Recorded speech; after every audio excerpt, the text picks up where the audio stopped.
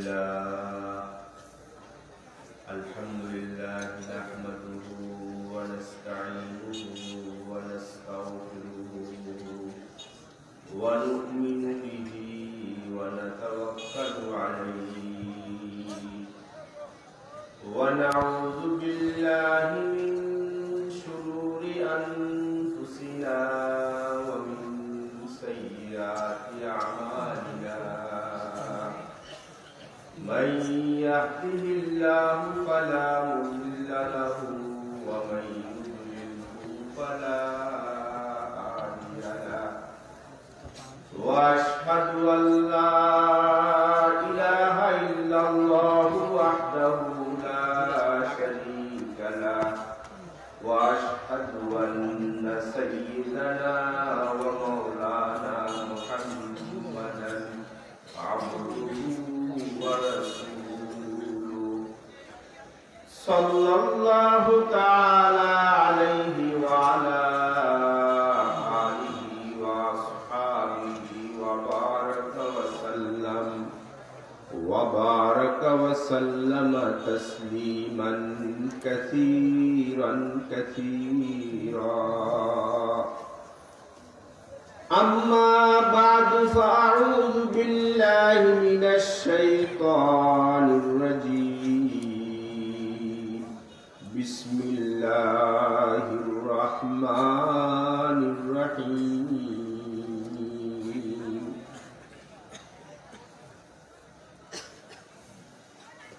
يا أيها الذين آمنوا اتقوا الله وكونوا مع الصادقين وقال رسول الله صلى الله عليه وسلم ألا إن في الجسد مضغة إذا صلحت صلح الجسد كله وإذا فسدت فسد الجسد كله ألا وهي القلب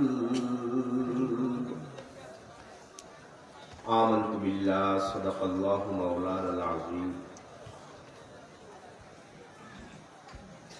हजरात उलमाए किराम ও बिरादरान इस्लाम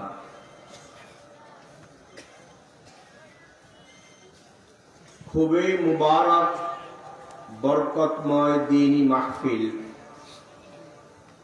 আল্লাহ তাআলা আমাদেরকে নিজের ইসলাহ নিজের আত্মার সংশোধন আখলাকের সংশোধন আমলের সংশোধনের নিয়তে আদর্শ মানুষ হওয়ার নিয়তে এই ইসলাহি মজলিসে আসার তৌফিক দান করেছেন কিছু কথা বলা এবং শোনার তৌফিক দান করেছেন এটা আল্লাহ পাকের বড় ফজল করম বড় মেহেরবানি সকলেই দিল থেকে আলহামদুলিল্লাহ পড়ি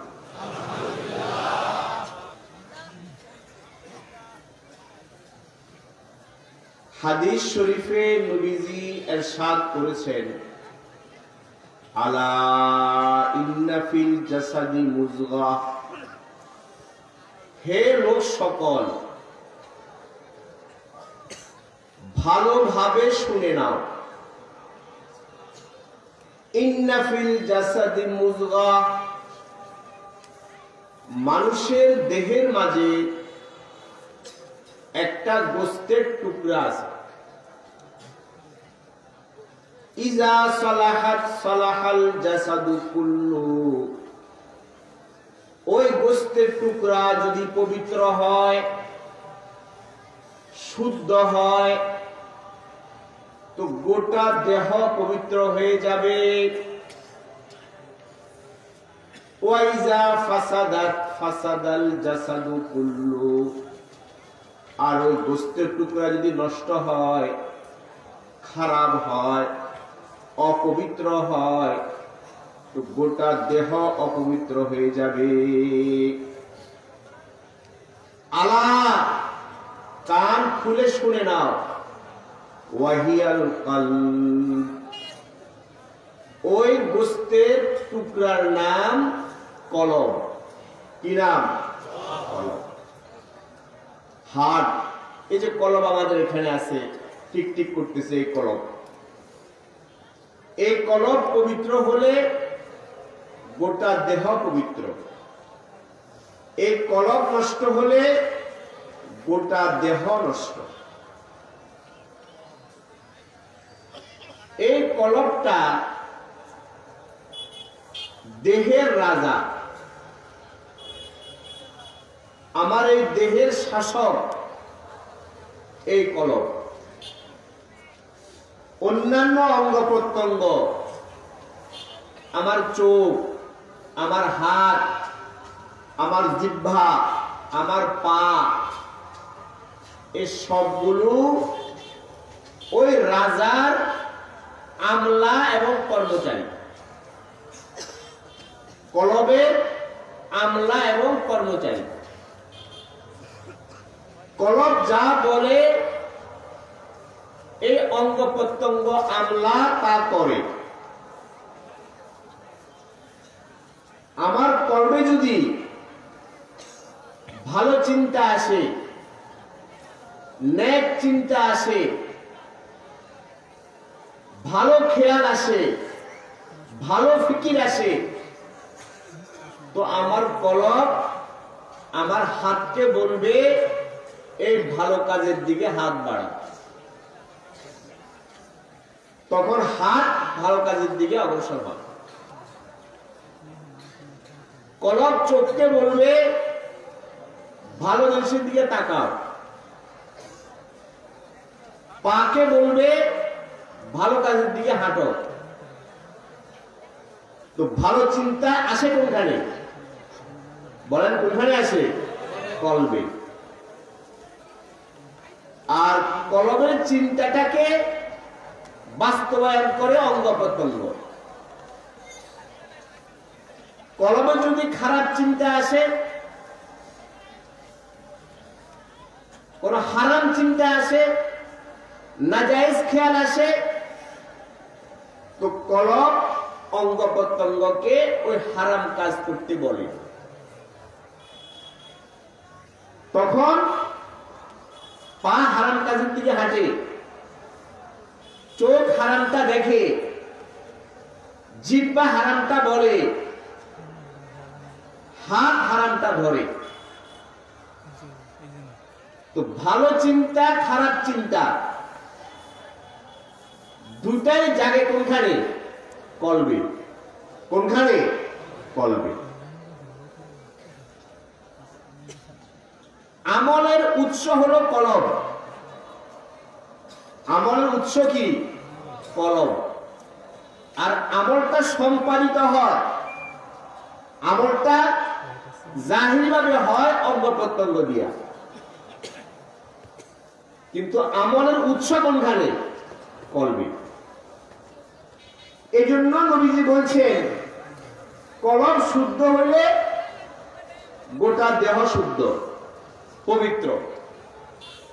কলব পবিত্র হলে গোটা দেহ পবিত্র।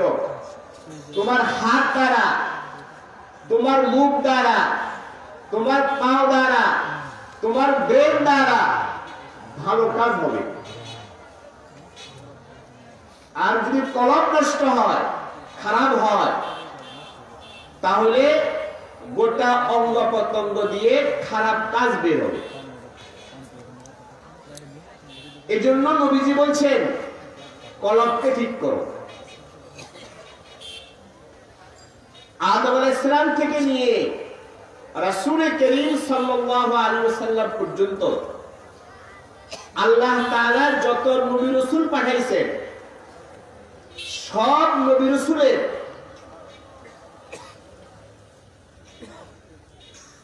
মেহনতের ক্ষেত্র ছিল মানুষের কলব। মানুষের কি? কলব। আম্বিয়া আলাইহিস সালাম তাদের সুহবতের মাধ্যমে,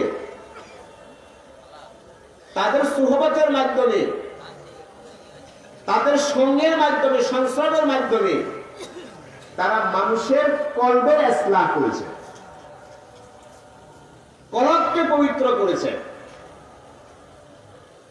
যার কারণে ওই মানুষগুলো নষ্ট মানুষ, পচা মানুষ, জাহিলি যুগের মানুষ, সবচেয়ে খারাপ মানুষ। সে খারাপ মানুষগুলো নবীজির সোহবতে আইসা, নবীজির সোহবতের বরকতে তাদের কলব পরিবর্তন হয়ে গেছে। তাদের মনোজগৎ, দিলের জগৎ, অন্তরের জগৎ পরিবর্তন হয়ে গেছে। তাদের অন্তরের জগতে বিপ্লব আসছে। ওই অন্তরের জগৎ পরিবর্তন হওয়ার কারণে তাদের গোটা দেহ কি হয়ে গেছে? পবিত্র হয়ে গেছে। তারা ঘরে গেছে, সেখানেও ভালো কাজ তাদের থেকে বের হয়েছে। তারা ঘরের মানুষ শান্তি পাইছে। তারা সমাজে গেছে, সমাজে ভালো কাজ হয়েছে, সমাজের লোক তাদের কাছ থেকে শান্তি পেয়েছে। তারা কোর্ট কাছারিতে গেছে, আদালতে গেছে, সেখানে তাদের থেকে ভালো কাজ হয়েছে। তারা রাষ্ট্রের মসনদে গেছে, ক্ষমতার মসনদে গেছে, সেখান থেকেও তাদের কাছ থেকে ভালো কাজ হয়েছে। কেন?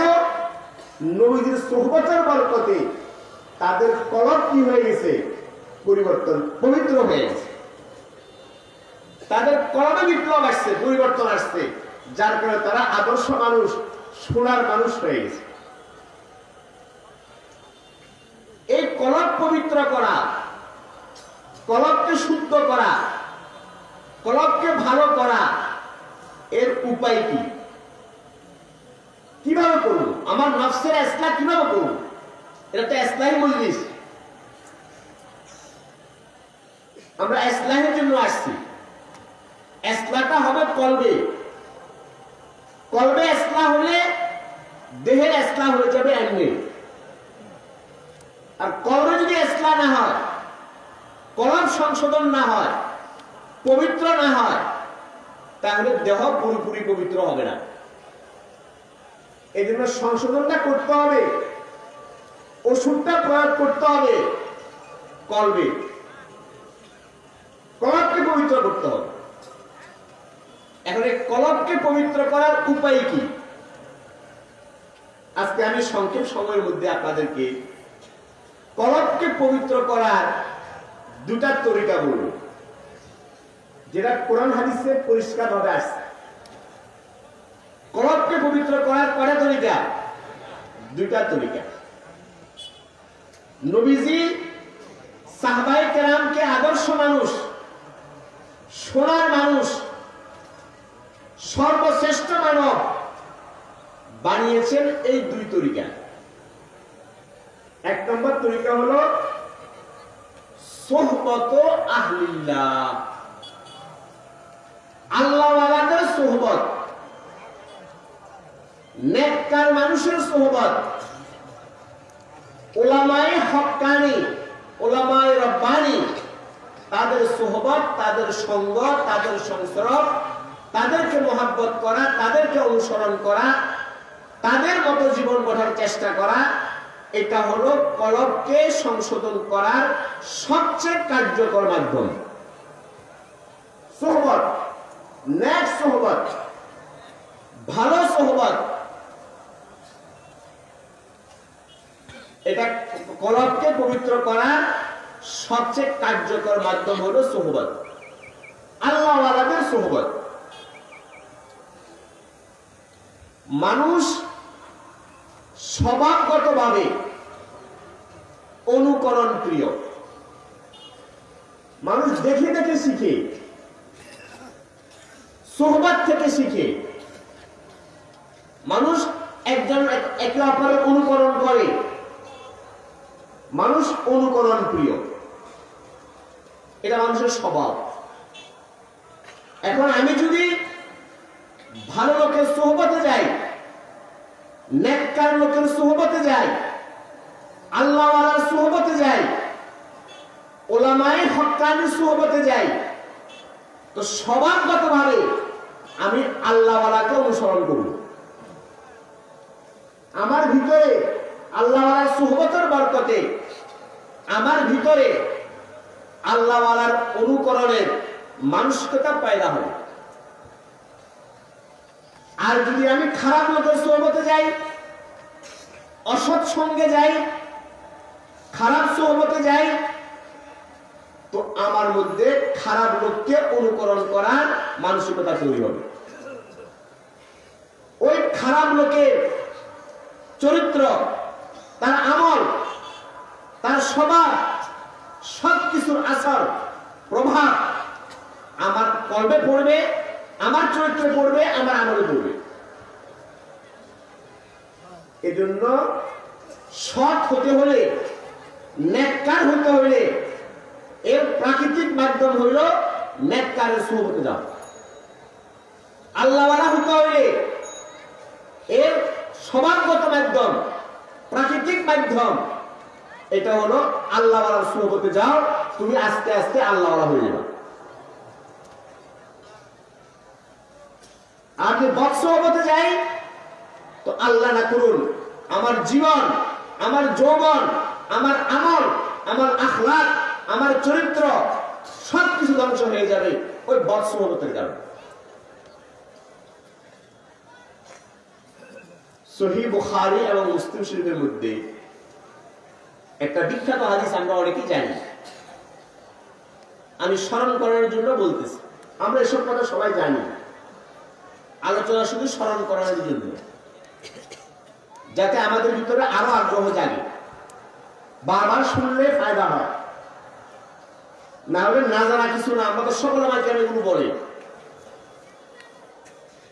হাদিস শরীফে নবীজি বলছেন, মাসালুল জালিসিস সালিহি ওয়াস সাউই, সৎ সঙ্গী আর অসৎ সঙ্গী এর উদাহরণ কেমন? সৎ সঙ্গী যে নেক সোহবত, ভালো সোহবত, এর উদাহরণ হইল মেষ আম্বারওয়ালার মতো, আতরওয়ালার মতো। কার মতো ভাই? কাহামিনিল মেষ, আতরওয়ালার মতো। নেক সোহবতের উদাহরণ হইল, নেককার লোকের সঙ্গের উদাহরণ হইল আতরওয়ালার মতো।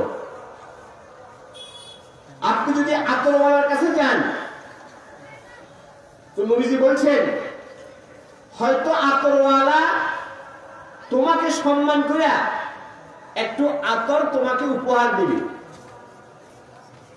তাহলে তুমি একটা ভালো জিনিস, আতরের মতো ভালো জিনিস, প্রিয় জিনিস, একটা প্রিয় সুন্দর জিনিস, জান্নাতি জিনিস আমি তার কাছ থেকে উপহার পাইলাম। সে যদি উপহার না দেয়, তো তুমি তার কাছ থেকে আতর কিনার সুযোগ পাইলা, তুমি আতর কিনে নিলা। একটা প্রিয় জিনিস, সুগন্ধি, তুমি তার কাছ থেকে কিনলা। তোমাকে উপহারও দিল না, তুমি কিনলেও না, শুধু আতরের দোকানে ঢুকলা, আতরওয়ালার কাছে বসলা। এই শোনা আতরওয়ালার কাছে যাওয়া বসা এতটুকুর দ্বারা তুমি বিনামূল্যে, বিনা পয়সায় আতরের সুঘ্রাণ অনুভব করবা। করবে কিনা? যে রাস্তা দিয়ে আতরের দোকান, সব দোকান আতরের, আপনি দোকানের ভিতরে নাও ঢুকেন, আতরওয়ালার কাছে নাও যান, দোকানের বাহিরে গলি দিয়ে হেঁটে যান, তো আপনি বিনা পয়সায় কি পাবেন?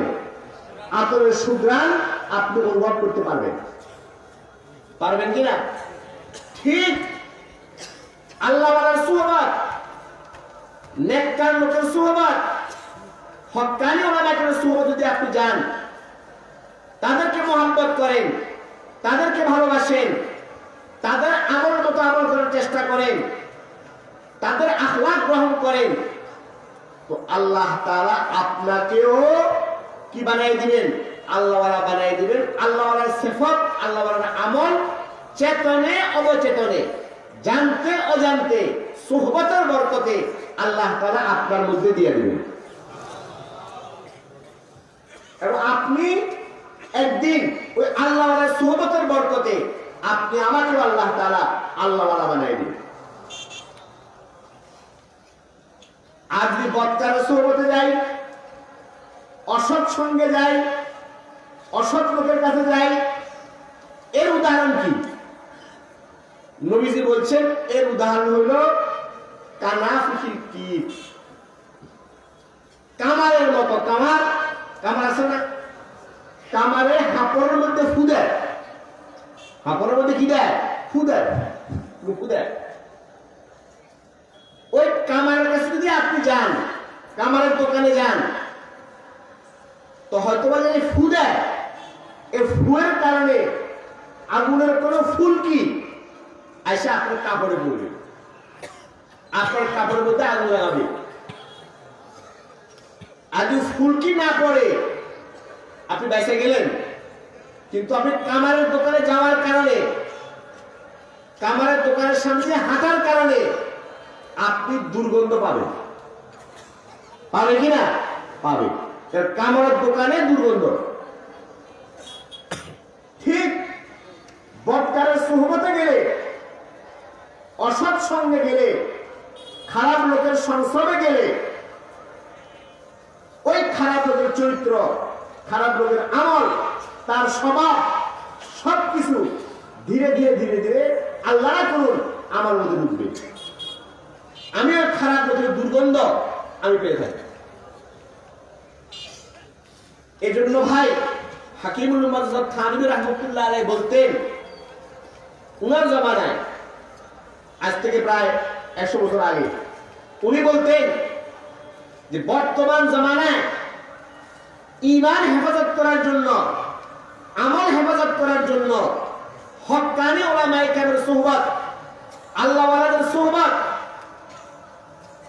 এটা আওয়ামের জন্য ফরজে আইন। এছাড়া আম মানুষের দিন হেফাজত করা, ঈমান হেফাজত করা বর্তমান জামানায় বড় কঠিন হয়ে যাবে। হক্কানি উলামায়ে কেরামের সুহবতে যাওয়া এখন জরুরি, ফরজ হয়ে গেছে, ফরজে আইন। এই জন্য ভাই আমরা সকলে ইসলাহি নফসের জন্য কোন না কোন আল্লাহওয়ালার সোহবতে যাই, নেককার লোকের সোহবতে যাই, আল্লাহওয়ালাকে অনুসরণ করি। সোহবতে সালেহ তোরা সালেহ কুনাদ, সোহবতে তালেহ তোরা তালেহ কুনাদ। কি সুন্দর কথা। সোহবতে সালেহ তোরা সালেহ কুনাদ, নেককারের সোহবত তোমাকে নেককার বানাবে, আল্লাহওয়ালার সোহবত তোমাকে আল্লাহওয়ালা বানাবে। সোহবতে তালেহ তোরা তালেহ কুনাদ। আর বদকারের সোহবত, অসৎ সঙ্গ তোমাকে নষ্ট করবে, তোমাকে বদকার বানাবে, তোমার ঈমান নষ্ট করবে, তোমার আখলাক নষ্ট করবে, তোমার আমল নষ্ট করবে, তোমাকে জাহান্নামে নিয়ে ছাড়বে। सोहबते नेका अगर एक साथ बेहतर सद साला जुहदो तातास। কি সুন্দর কথা। सोहबते नेका अगर एक साथ बेहतर सद साला जुहदो तातास। আল্লাহ ওয়ালার সোহবত অল্প সময়ের সোহবত। যারা প্রকৃত আল্লাহওয়ালা, যারা আল্লাহকে ভয় করে, আল্লাহকে মহব্বত করে, যাদের ভিতরে দুনিয়ার লিপ্সা নাই, আখিরাতের লিপ্সা, আখিরাতের প্রতি আগ্রহী, এরকম আল্লাহওয়ালার সোহবত যদি কিছুক্ষণ হয়, অল্প সময়ের জন্য যদি হয়, কবি বলতেছে এটা 100 বছরের ইবাদতের চেয়ে শ্রেষ্ঠ। অনেকে বলে এটা তো বাড়াবা, এটা কি হাদিস থেকে? এটা তো কবির কথা যে 100 বছরের ইবাদতের চেয়ে নফল ইবাদতের চেয়ে শ্রেষ্ঠ। এটা হয় কি করে? হযরত থানভী রাহমাতুল্লাহ আলাইহি এটা জবাব দিয়েছেন। তিনি বলছেন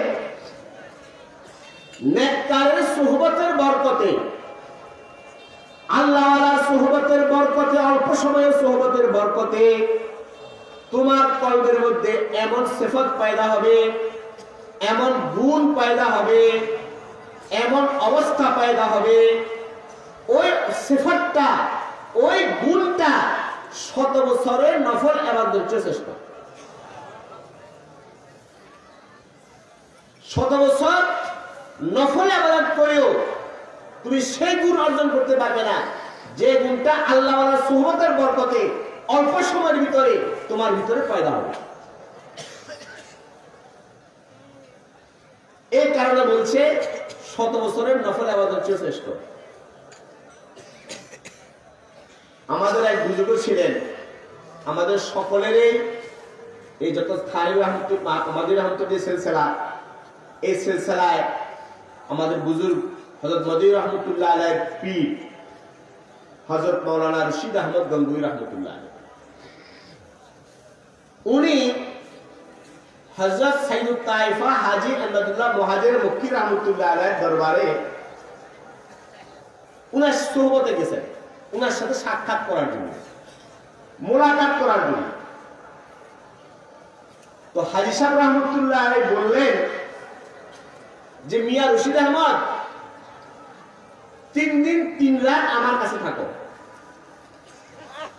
কয়দিন ভাই? 3 দিন 3 রাত আমার কাছে থাকো।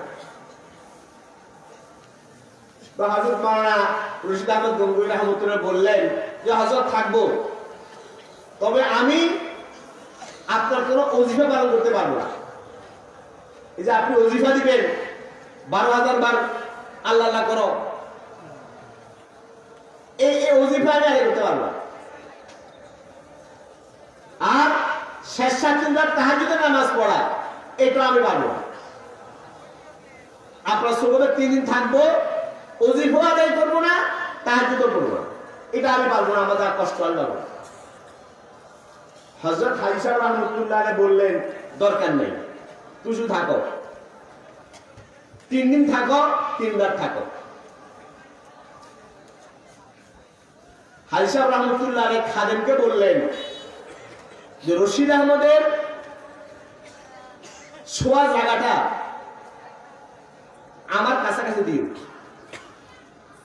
আপনি শুনে ওই শোয়া জায়গাটা আমার চোখের পাশাপাশি দিও, সে আমার পাশে শুবে। তো শুতেছে, শেষ রাত্রে হাজী সাহেব রহমতুল্লাহ আলাইহি তাহাজ্জুদ পড়তে উঠছে, আর মিয়া রশিদ আহমদ ঘুমাইতেছে। তাহাজ্জুদ পড়ে হাজী সাহেব রহমতুল্লাহ আলাইহি লা ইলাহা ইল্লাল্লাহ, লা ইলাহা ইল্লাল্লাহ, লা ইলাহা ইল্লাল্লাহ, লা ইলাহা ইল্লাল্লাহ, লা ইলাহা ইল্লাল্লাহ জিকির শুরু করছে। দরদ মাখা কণ্ঠে, মুহাব্বত ভালোবাসা নিয়ে হযরত হাজী সাহেব রহমতুল্লাহ আলাইহি তাহাজ্জুদ পড়া জিকির শুরু করছেন। কিছুটা উচ্চ আওয়াজে, 2-1 শুনে এরকম আওয়াজে জিকির শুরু করছে। আর চোখ দিয়া দর দর করে পানি পড়তেছে, হাজী সাহেব রহমতুল্লাহ আলাইহি কাঁদতেছে, আল্লাহর ভয়ে, আল্লাহর মুহাব্বতে চোখ দিয়া পানি গড়ায় গড়ায় পড়তেছে। হাদিস শরীফে আসছে, একটা লম্বা হাদিস, অন্য প্রসঙ্গে চলে যাবো আমি। নবীজি বলছেন 7 প্রকারের লোককে আল্লাহ তাআলা কিয়ামতের ময়দানে আরশের ছায়ায় স্থান দান করবেন।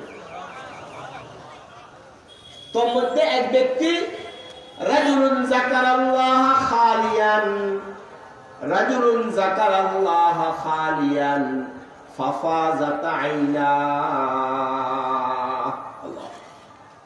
ওই ব্যক্তি যে একা নির্জনে, কেউ নাই, সারা বিশ্ব প্রকৃতি ঘুমায় আছে, সব মানুষ ঘুমানো, প্রকৃতি ঘুমানো, সবকিছু ঘুমানো, সে আছে, সে ঘুম থেকে উঠছে, আল্লাহ তাআলা আছেন, সে আল্লাহর কথা স্মরণ করে করে একা একা আল্লাহর জিকির করতেছে, আর চোখ দিয়ে টপ টপ করে পানি পড়তেছে। ওই ব্যক্তিকে আল্লাহ তাআলা আরশের ছায়ায় স্থান দান করবে। রাজুলুন যাকারাল্লাহ খালিয়ান ফাফাযাত আইনা। হাজী সাহেব রাহমাতুল্লাহ আলাইহি শেষাতুল্লাহ জিকির শুরু করছেন, লা ইলাহা ইল্লাল্লাহ, লা ইলাহা ইল্লাল্লাহ, লা ইলাহা ইল্লাল্লাহ, তেরে সিवा মাবুদ হकीकी कोई नहीं है कोई नहीं, तेरे सिवा मकसूद हकीकी कोई नहीं है कोई नहीं। এই জিকিরের আওয়াজ রশিদ আহমদের কানে গেছে, পাশে শোয়া। কানে যাওয়ার পরে ঘুম ভেঙে গেছে, আর ঘুম আসে না, ভিতরে বেচাইনি, অস্থির, এত মজা লাগতেছে, এত মজা লাগতেছে। হাজী সাহেবের পড়তে আল্লাহর জিকির, এত স্বাদ, এত মজা, আল্লাহ পাকের নামের মধ্যে এত মজা। দুনিয়ার কোন বস্তুর মধ্যে এত স্বাদ মজা নাই আল্লাহর নামের মধ্যে, আল্লাহর জিকিরের মধ্যে এত মজা। গঙ্গোহী রহমতুল্লাহ আলাইহির ঘুম ভেঙে গেছে, আস্তে আস্তে চুপু চুপু উঠছে, আর ঘুম আসে না। ঘুম থেকে উঠছে, উঠা ওযু করছে, ওযু করে 2 রাকাত তাহাজ্জুদের নামাজ পড়ছে। তাহাজ্জুদের নামাজ পড়ে আইসা হাজী সাহেবের পিছনে বসছে, বসা শুরু করছে, লা ইলাহা ইল্লাল্লাহ, লা ইলাহা ইল্লাল্লাহ, লা ইলাহা ইল্লাল্লাহ। হাজী সাহেবের কলবে যে মোহাব্বত ছিল, আল্লাহ পাকের যে ভালোবাসা ছিল, যে দরদ প্রেম ছিল, এক মুহূর্তের সোহবতে ওই মাওলানা রশিদ আহমদ গঙ্গোহীর কলবে ওই মোহাব্বত, ভালোবাসার, আল্লাহর দরদ, আল্লাহর ভয়, ওই ভয়ের গুণ মুহূর্তের মধ্যে রশিদ আহমদ গঙ্গোহীর কলবে চলে গেছে। ঠিক আবেগ ভালোবাসা নিয়ে, যে আবেগ নিয়ে, ভালোবাসা নিয়ে হাজী সাহেব জিকির করতেছিলেন, ওই মোহাব্বত ভালোবাসা নিয়ে মুহূর্তের মধ্যে যে বলছিল আমি জিকির করতে পারবো না, আমি ঘুম থেকে উঠতে পারবো না, ওই হাজী সাহেবের সামান্য সোহবতের বরকতে তার কলব দিয়া, তার মুখ দিয়ে জিকির শুরু হয়ে গেল। এটা কিসের বরকত বলেন? কিসের বরকত? সোহবতের বরকত। এই জন্য কবি বলছে, সোহবতে নেকা अगर एक साथ आज बेहतर 100 साल जुहदो तातास। যদি সোহবতে না যাইতো তাহলে আল্লাহর মোহাব্বত, আল্লাহর ভালোবাসা, আল্লাহর ভয়, কলবের সে অবস্থা, জান্নাত জাহান্নামের শৌক, আগ্রহ, আল্লাহকে দেখার আগ্রহ, এই যে সিফাত, এই যে গুণ, এই গুণগুলো রশিদ আহমদের কলবে যাইতো না। হয়তো নফল ইবাদত করতে পারতো, অনেক ইবাদত করতে পারতো, কিন্তু ইবাদতের মধ্যে মজা পাইতো না, স্বাদ পাইতো না। ওই সোহবতের বরকতে যখন সিফাত গেছে, আল্লাহর মোহাব্বত পয়দা হয়েছে, আল্লাহর ভয় পয়দা হয়েছে, আখিরাতের শৌক পয়দা হয়েছে। ওই মোহাব্বত নিয়ে যদি এখন 2 রাকাত নামাজ পড়ে, ওই 2 রাকাত নামাজের দাম 100 রাকাত নফল নামাজের চেয়ে বেশি। এই কারণে কবি বলছে, এটা সোহবতে নেকা अगर एक साथ आज बेहतर 100 साल जुहदो तातास। हर चखाद हम नशीनी बाखुदा गो नशीनत दर हुजूरे আউলিয়া। আল্লাহওয়ালাদের কথা, বুজুর্গদের কথা, কোরআন সুন্নাহর সার নির্দেশ হয়। সার বলতেছে কি, हर चखाद हम नशीनी बाखुदा, যে ব্যক্তি আল্লাহর মোহাব্বত চায়, আল্লাহর ভালোবাসা চায়, আল্লাহর প্রেম চায়, আল্লাহর ভয় চায়, আল্লাহর সন্তুষ্টি চায়, জান্নাতে আল্লাহকে দেখতে চায়, গো নশীনাত দর হুজুরে আউলিয়া। হে মিয়া, যদি তুমি আল্লাহর মোহাব্বত ভালোবাসা চাও, তো যারা আল্লাহর মহব্বত করে, আল্লাহকে ভালোবাসে, যাদের অন্তরে আল্লাহর ভয় আছে, যাদের অন্তরে দুনিয়ার ইচ্ছা নাই, দুনিয়ার মোহ নাই, আখিরাতের ফিকির আছে, ওই আল্লাহওয়ালার সুহবতে যাও, আল্লাহওয়ালার সুহবতে যাও। তো তোমার ভিতরে ওই আল্লাহওয়ালার গুণ, আল্লাহওয়ালার সিফাতগুলো তোমার ভিতরে আল্লাহ তাআলা দিয়ে দিবে।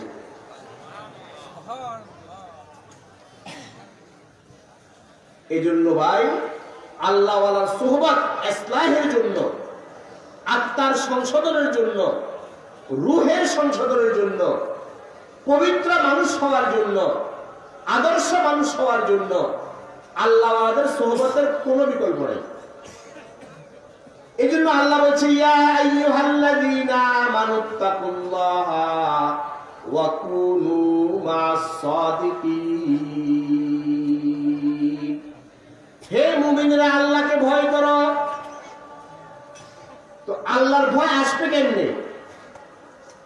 আল্লাহর ভয় কোথায় পাওয়া যায়?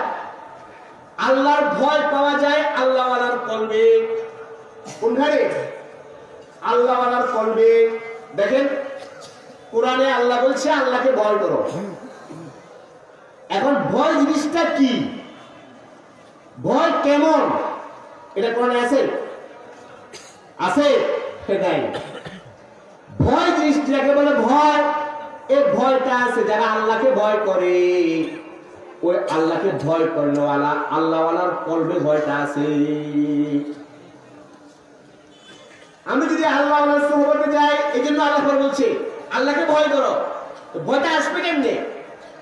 ভয় আসার তরিকা আল্লাহ বলছে, ওয়া কুনু মা'আস সাদিকিন। যদি আল্লাহর ভয় অন্তরে জাগ্রত করতে চাও, আল্লাহর ভয় অন্তরে পয়দা করতে চাও, যারা সাদিকিন, যারা সত্যপন্থী, যারা হকপন্থী, যারা আল্লাহওয়ালা, যাদের কথায় কাজে মিল আছে, এরকম আল্লাহওয়ালার সঙ্গ গ্রহণ করো, তাদের সুহবত গ্রহণ করো, তাহলে তোমার মধ্যেও আল্লাহর ভয় আসবে। এই জন্য ভাই, আল্লাহওয়ালার সুহবত ছাড়া বর্তমানে ফিতনার জমানায় উলামায়ে কেরামের দামন ধরা ছাড়া, হক্কানি আলেমদের দামন ধরা ছাড়া ফিতনা থেকে বাঁচা বড়ই কঠিন, বড়ই কঠিন, বড়ই কঠিন। আপনাকে আল্লাহর কাছে দোয়া করবেন, হে আল্লাহ, আমাকে হক্কানি আলেম মিলাই দাও, আল্লাহওয়ালা আমাকে মিলাই দাও। আল্লাহর কাছে দোয়া করবেন, আর খোঁজ খবর নিবেন আল্লাহওয়ালাকে, খাঁটি আল্লাহওয়ালাকে, হক্কানি আলেমকে। আপনার দায়িত্ব দুই কাজ। কয় কাজ? দুই কাজ। আর মানুষের দায়িত্ব দুই কাজ। একটা হলো দোয়া করা, আল্লাহ আমাকে হক্কানি আলেম মিলাই দাও, কোনো বাটপারের হাতে যেন আমি না পড়ি, ধোঁকাবাজের হাতে যেন আমি না পড়ি। আমি তো বাটপার আর ভালো মানুষ চিনি না। হে আল্লাহ, আমাকে তুমি মেহেরবানি কইরা একজন হক্কানি আলেম মিলাই দাও, একজন হক্কানি বুজুর্গ আপনি আল্লাহ আমাকে মিলাই দাও। দোয়া করবেন। আর খোঁজ খবর নিবেন, যারা জানে, বুঝে, চিনে, ওদেরকে জিজ্ঞাসা করবেন হক্কানি আলেমকেরা। এরপর তার সুহবতে যান, যে দেখেন তার সুহবতে গেলে আপনার আমল পরিবর্তন হচ্ছে কিনা, আপনার আখলাকের মধ্যে পরিবর্তন আসছে কিনা, আপনার ভিতরে আখিরাতের ফিকির আসছে কিনা। যদি তার সুহবতে যাওয়ার পরে আপনার আমল পরিবর্তন হয়, আখলাক পরিবর্তন হয়, আখিরাতের ফিকির পয়দা হয়, দুনিয়ার ধান্দা কমে, তাহলে আপনি বুঝবেন আপনি যার সুহবতে গেছেন সে বেটা আল্লাহওয়ালা, হক্কানি আলেম। কাজে এই জমানায় উলামায়ে কেরামের সুহবত ছাড়া, উলামায়ে কেরামকে মহব্বত করা, তাদের অনুসরণ করা ছাড়া বাঁচার কোনো উপায় আমাদের কাছে নেই। ফার্সি সাহিত্যের একজন উঁচু মানের কবি ছিলেন এবং বুজুর্গ ছিলেন, হযরত শায়েখ সাদি রহমতুল্লাহ। উনার একটা কিতাব গুলিস্তান, এটা আমাদের মাদ্রাসাগুলোতে পড়ানো হয়, এখনো ইউনিভার্সিটি লেভেলে যেখানে ফার্সি ভাষা পড়ায় ওখানে পড়া। ওই বইয়ের কিতাবের মধ্যে উনি সোহবত কেমন কার্যকর, নেককারের সোহবত কেমন দরকারি, এই কথাটা উনি কয়েকটা কবিতার মাধ্যমে বলছেন, বুঝাইছেন। আমি আপনাদেরকে কবিতাটা শোনাই এবং তর্জমা করে দিই। উনি বলতেছেন, গেলে খুশবু এদার হাম্মামে রোজে রাসিদাস দস্তে মাহবুবে বদস্তম বলুফতামন গেলে নাচিজ বুদাম ওয়ালাকিন মুদ্দাতে বাগুল নাশাস্তম। বলতেছে গেলে খুশবু এদার হাম্মামে রোজে, বলে একদিন আমি হাম্মাম খানায় গেলাম, গোসলখানা। তখন তো গোসলখানা কাঁচা ছিল, আজকালকে মতো একটু ছিল না। তো সেখানে যাওয়ার পরে আমার এক বন্ধু আমার একটা মাটির চাকা দিছে, মাটির চাকা, এটা মাটির দলা, মাটির চাকা, মাটি, কিন্তু মাটির মধ্যে গ্রাম, সুগ্রাম। গেলে খুশবু এদার হাম্মামে রোজে রাসিদাস দস্তে মাহবুবে বদস্তম বদো গুফতন কে মিশকিয়া আবিরি কে আজবুয়ে দিলা বিজে তুমস্তম। আমি যখন গ্রাম বের হচ্ছে মাটির চাকা থেকে, কবি মানুষ তো কল্পনা করতে বলতেছে, আমি তারা বললাম, হে মাটির দলা, তুমি কি মেষ না আম্বর? তোমার সুগ্রাণের কারণে আমার মনটা তো বিমোহিত হয়ে গেছে, এত সুগ্রাণ তোমার মধ্যে, তুমি মাটির দলা হইয়া তোমার মধ্যে এত সুগ্রাণ কোনখান থেকে আসবে? তুমি তো মাটির দলা। তো মাটির দলা বলতেছে, বদুফতামান গেলে নাচিজে বুদাম ওয়ালাকিন মুদ্দাতে বাগুল নাশাস্তম। আল্লাহ। মাটি বলতেছে, ও মিয়া, আমি তো বেদামি মাটি, আমি মাটির কোনো দাম নাই, পায়ের নিচে থাকে, পা দিয়া মানুষ মারায়, মানুষ আমার উপর দিয়ে হাঁটে চলে, আমি তো বেদামি, কোনো দাম আমার নাই। ওয়ালাকিন মুদ্দাতে বাগুল নাশাস্তম। আল্লাহ। বলে আমি মাটির দলা, বেদামি জিনিস, কিন্তু দীর্ঘদিন পর্যন্ত আমি ফুলের বাগানে ছিলাম, আমি ফুলের সোহবতে ছিলাম, আমার গায়ের উপর দিয়ে ফুল পড়ছে, আমি ফুলের সোহবতে ছিলাম। জামালে হাম নশি দরমান আসরকার ওয়াগার নামান হুমা খাতাম কে হাস্তম। বলে ফুলের সোহবতের কারণে, ওই ফুলের সৌন্দর্যের কিছুটা সুগ্রাণ আমার মধ্যে আসছে, ফুলের সোহবতের বরকত। তো মাটি কি হয়ে গেছে? ফুলের সোহবতে কি হয়ে গেছে? দামি হয়ে গেছে। সোহবতে যাওয়ার কারণে কি হয়ে গেছে? দামি হয়ে গেছে। আমি আপনি বেদামি, আমি আপনিও মাটির তৈরি মানুষ, বেদামি। যারা আল্লাহওয়ালা, যাদের কলবে আল্লাহর মোহাব্বত আছে, আল্লাহর ভালোবাসা আছে, আল্লাহর প্রেম আছে, আল্লাহর ভয় আছে, যাদের কলবে দুনিয়ার আসক্তি নাই, এরকম আল্লাহওয়ালার সোহবতে গেলে আমি আপনিও দামি হয়ে যাব ইনশাআল্লাহ। দুনিয়াতেও দামি হব, আখিরাতেও দামি হব। এই জন্য ভাই, আল্লাহওয়ালাদের দামন ধর। মুসলমানি বুয়াদ গর্দন নেহাদান এনানে খুদ বদস্তে খাজাদাদান। মুসলমানি কিসের নাম? ইসলাম কিসের নাম? মুসলমানি বুয়াদ গর্দন নেহাদান। মুসলমানি হলো আল্লাহর সামনে, আল্লাহর হুকুমের সামনে, আল্লাহর নবীর হুকুমের সামনে, আল্লাহর নবীর তরিকার সামনে সম্পূর্ণ আত্মসমর্পণ করার নাম হলো মুসলমানি। বাস, আমার আল্লাহ বলছে, আমার নবী বলছে, আমি মানি। আমি বিশ্বাস করি আমি আল্লাহর সামনে আমার দেহকে আমার মনকে আমি সমর্পণ করলাম। এটা মুসলমান। এই মুসলমানটা আসবে কেমনে? সমর্পণ, আল্লাহর সামনে আত্মসমর্পণ, এটা আসবে কেমনে, হাসিল হবে কেমনে? তো বলতেছে পরের অংশে, মুসলমানি বুয়াদ গর্দান নেহাদান এনানে খুদ বদস্তে খাজাদান।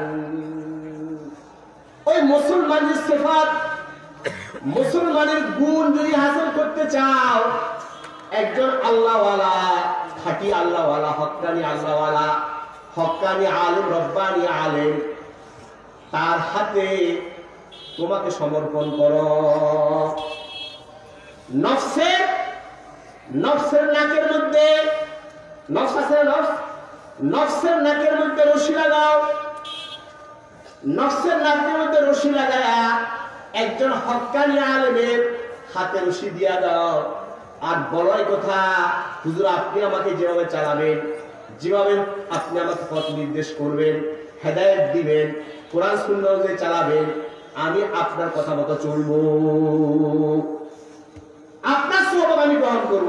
তাহলে ওই আল্লাহওয়ালা বুজুর্গ হক্কানি রব্বানি আলেম আপনাকে আল্লাহ পর্যন্ত পৌঁছায়।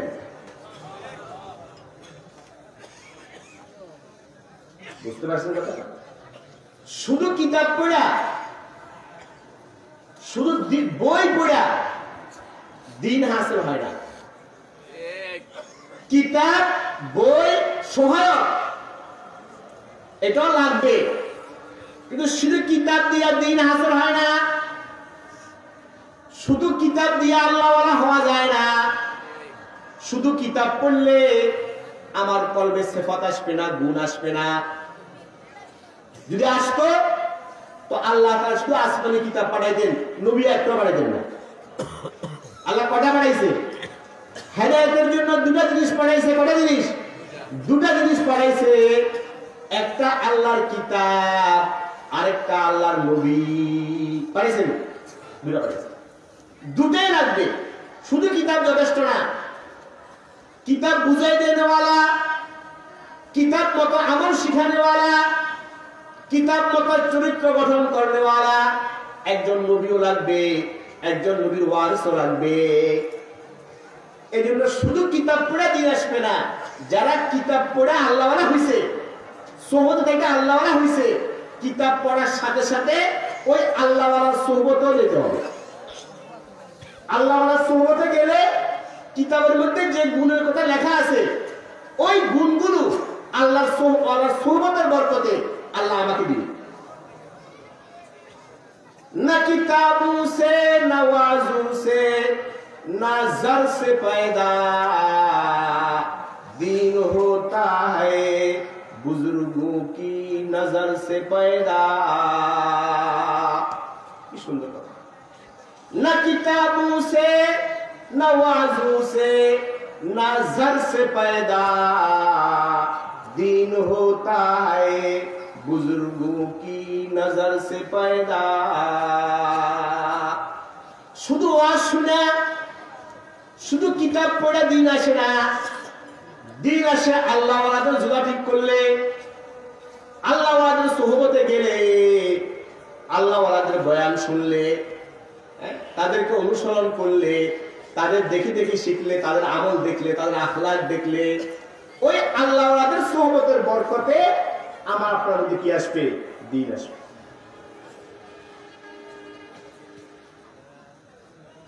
तमन्ना दर्द दिल की है तो कर खिदमत फकीरों की, नहीं मिलता ये गौहर बादशाहों के खजाने में।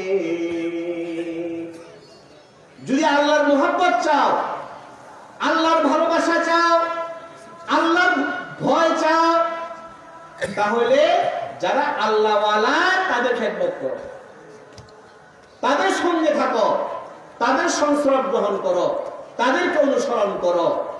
হ্যাঁ, তখন তোমার মধ্যেও ওই গুণগুলো আল্লাহ তাআলা পয়দা করে দিবে।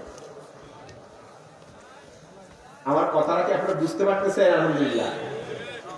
কাজে ইসলাহে নফসের জন্য, আত্মার সংশোধনের জন্য, আদর্শ মানুষ হওয়ার জন্য, সুন্দর মানুষ হওয়ার জন্য প্রধান উপায় হইল, প্রধান মাধ্যম হইল, সবচেয়ে কার্যকর মাধ্যম হইল আল্লাহওয়ালাদের সুহবত, নেককার লোকের সুহবত, সৎসঙ্গ। আর অসৎ সঙ্গ গেলে আজকালকে এই যে যুবক ছেলে মেয়ে, আল্লাহ কি পরিমাণ নষ্ট হচ্ছে, আমল নষ্ট, আখলাক নষ্ট, ঈমান নষ্ট, যৌবন নষ্ট, জীবন নষ্ট যুবক ছেলে মেয়েদের। কেন?